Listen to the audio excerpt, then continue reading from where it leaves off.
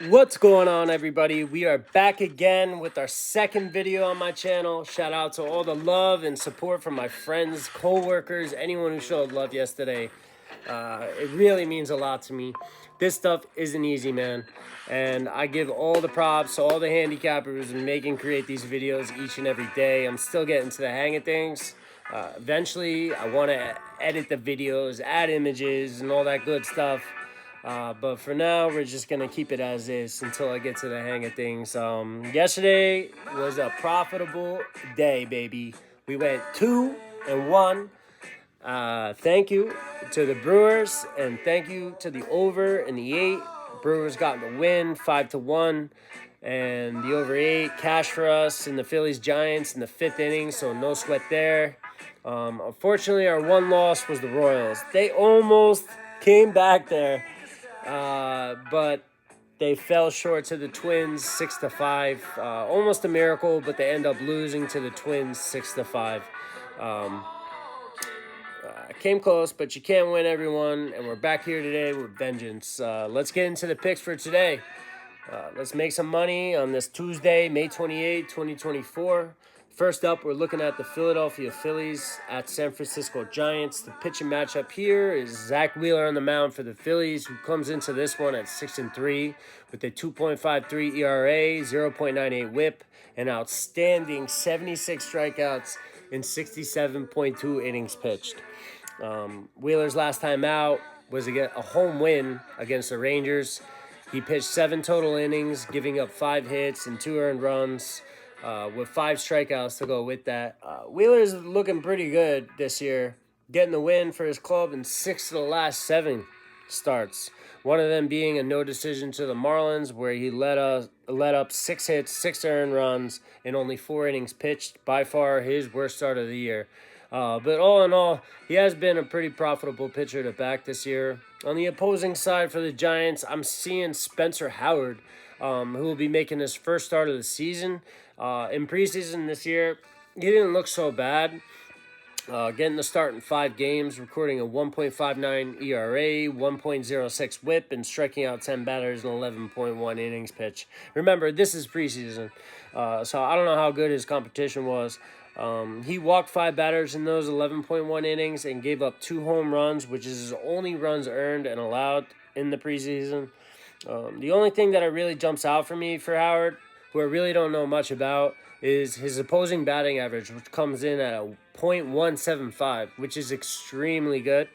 Although Howard really hasn't looked all that bad in preseason, he's facing the Philadelphia Phillies, who are coming off a 4-run loss to the Giants yesterday. They're going to come back, I'm telling you. I feel like this is a huge bounce back spot for them. They've been crushing the baseball, hitting righties, hitting lefties, getting to the bullpens. They're first in the NL East at 38-17 and have been winning games at a high rate lately. They are second in the league in batting average at .258, first in runs, third in hits. Their on-base percentage is an outstanding .335, which is first in the MLB.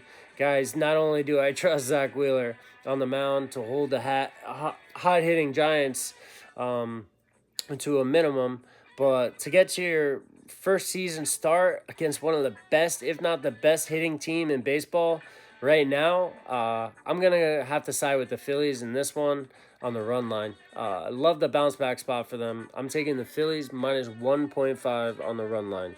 The next game we'll be taking a look at is the Boston Red Sox taking on the Baltimore Orioles. Boston will be giving the start to Brian Bello, who's 5-2 with a 4.04 ERA, 1.16 WHIP, 37 strikeouts, and 42.1 innings pitched with 13 walks to go with it. The Orioles will counter with Grayson Rodriguez. Love this guy. He's been outstanding this year so far, coming in at 5-1 with a 3.20 ERA, 1.33 WHIP, 51 strikeouts, and 45 innings pitched. He walks a tad bit, man. His walks are high at 20, but man, is he dealing some good stuff. He has only let up more than 2 runs in 1 start this year, which was his only loss.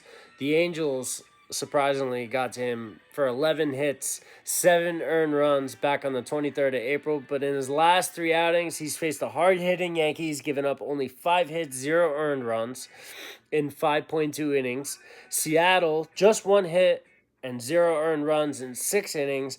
And the sometimes surprising Chicago White Sox, only giving up 3 hits, 2 earned runs in 5 innings. Flat out, G-Rod has been dealing this year, and I love this guy. I don't know, something about his demeanor really gets to me. As far as the bats go for these two teams, both teams are about middle of the pack in batting average and hits this year. The Red Sox, 12th in batting average and 12th in hits, and the Orioles, 14th in batting average and 18th in hits.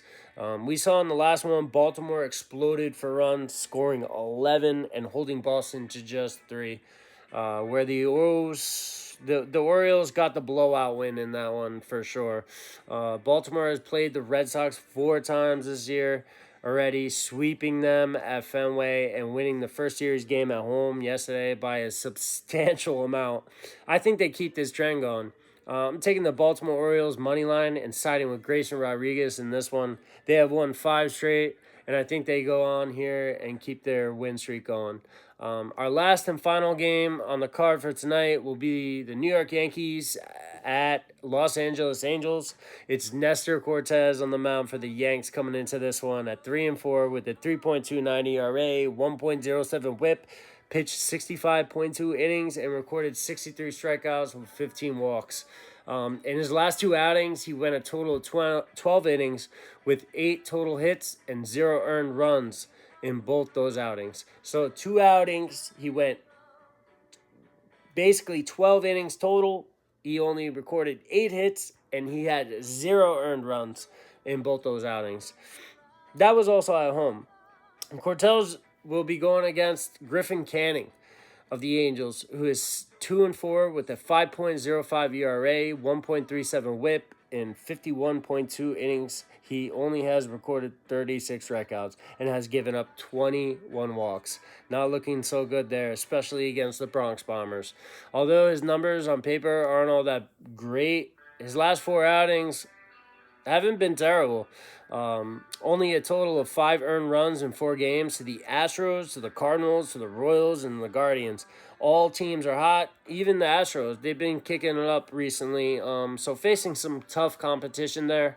As far as the bats go for these two clubs, the Yankees are hitting extremely well this year, coming in at 3rd in batting average, runs, and hits. Also, they are 1st in on-base percentage, slugging, and home runs. Outstanding offense numbers right there, whereas the Angels are more middle of the pack in all categories. 11th in batting average, 15th in runs, 10th in hits, and 19th on base percentage. The Angels have been plagued with injury this year, but still managed somehow to be in the top 10 in slugging and home runs without Trout. Even though I do like the Yankees in this spot, I do not trust Nestor Cortez on the road. I really don't. He pitches way better at home than he does on the road. His last road start was a loss to Tampa Bay, giving up 5 hits, 4 earned, and 5 innings pitched. On the 30th of April, he also got the start on the road in Baltimore. He gave up 8 hits and 4 earned runs in 6 innings. And also on the 14th of April, he faced the Guardians at Progressive Field, gave up 4 runs, 5 hits in just 4 innings.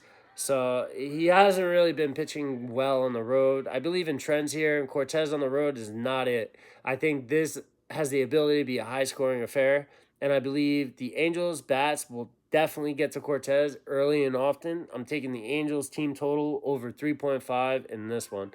So I'll give you a quick recap. Those are my picks for today.